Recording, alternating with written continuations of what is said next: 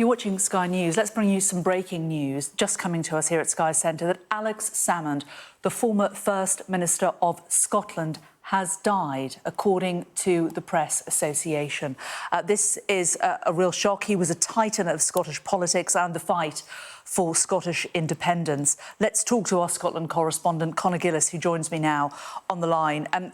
Conor, this really is a shock, isn't it? Jane, this is a huge shock. Sky News spoke to Alex Salmond in Glasgow a matter of weeks ago, marking 10 years on from that historic Scottish independence referendum of 2014. During that interview, a man reflective, a man positive about the future of Scotland and always thought that Scotland one day would become an independent nation and never lost that sight, that goal that was always in his mind. Alex Salmond was the First Minister of Scotland from 2007 and resigned in the immediate aftermath of that loss in the independence referendum in 2014.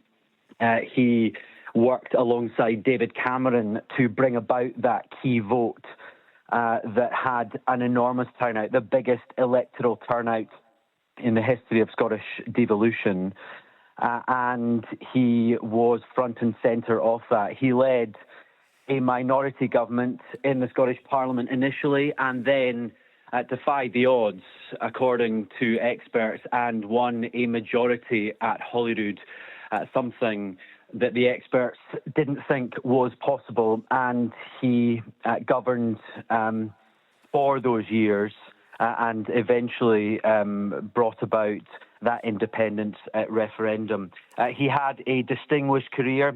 He graduated from the University of St Andrews. He was an economist, worked in banking for many years and put the economy front and centre of his premiership during his time in office, and clearly one of his key allies during that time, during his prominence as the leader of Scotland and a dominant figure in UK politics as well.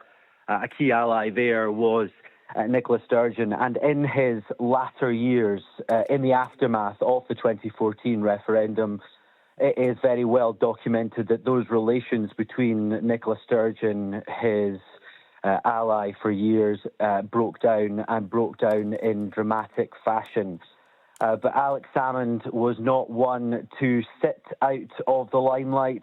He very much wanted to remain at the forefront of politics. He stood again for the SNP after standing down as the First Minister of Scotland and represented the northeast of Scotland in the House of Commons for another number of years, before resigning from the SNP when he was arrested and went through a criminal trial, which he was cleared of any wrongdoing, cleared of all of the charges that he stood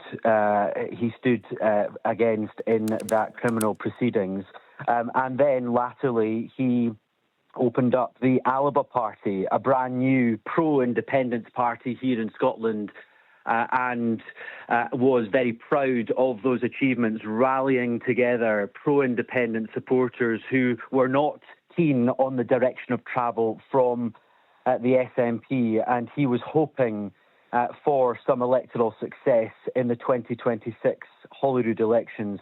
And I think it was fair to say that he was hoping to once again re-enter the chamber at Holyrood and become an elected politician once again. That is not to be. I'm just off the phone in the past few minutes with one of his former cabinet ministers who is in shock and has confirmed that news, that Alex Salmond, the former First Minister of Scotland, the heavyweight of Scottish politics, a key figure, a prominent figure across the UK for very, very many years, has sadly died.